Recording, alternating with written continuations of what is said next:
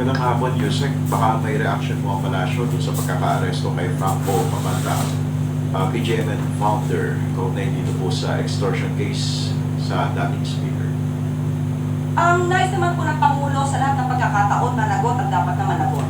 Kung mayroon po silang dapat na panagutan, kung mayroon po silang ginawang krimen, dapat lang po nilang itong panagutan. Pero definitely, kailangan po ng due process sa lahat ng bagay.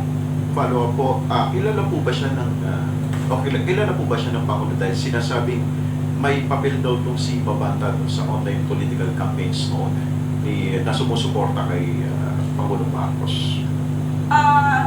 Hindi po siya kaibigan ng Pangulo, pero siguro mas naisip ko po kung ito po ang inyong itatanong dahil ito po ay mismong pinost ni Franco Mabanda.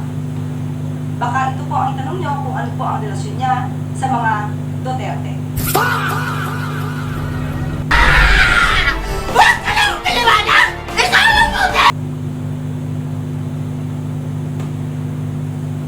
Nandiyan pa nga po si Harry Roque. A few moments later.